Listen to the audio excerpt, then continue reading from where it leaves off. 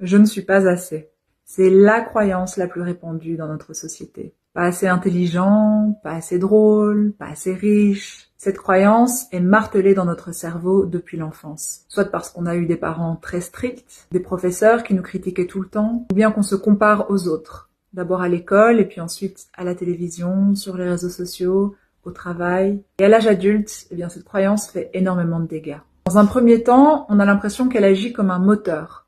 Parce que quand on pense qu'on n'est pas assez, eh bien, on va tout faire pour essayer de prouver le contraire. Je te donne un exemple. Imaginons Pierre qui pense qu'il n'est pas assez intelligent, qu'il va étudier énormément, apprendre plein de concepts théoriques pour prouver au monde qu'il est assez intelligent, et puis probablement qu'il fera une brillante carrière dans un milieu académique. Le problème avec cette stratégie inconsciente, c'est que 1.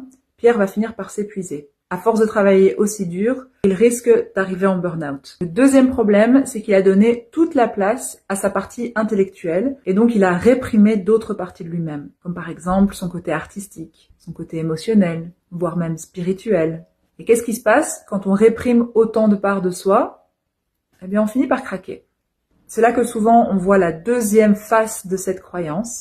Au lieu d'agir comme un moteur, elle agit comme un frein. On s'est fatigué à essayer de prouver toute sa vie qu'on était assez, ça n'a pas fonctionné, et on finit par accepter cette croyance. On se dit, bon ben voilà, je ne suis pas assez, donc à quoi bon essayer?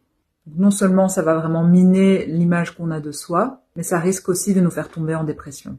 Je ne suis pas assez est un véritable fléau. Et j'espère qu'un jour tu prendras le temps de comprendre comment est-ce que cette croyance influence ta vie, et puis surtout que tu la guériras. Parce que tu es assez, tu en fais assez, et tu mérites d'être aimé exactement comme tu es.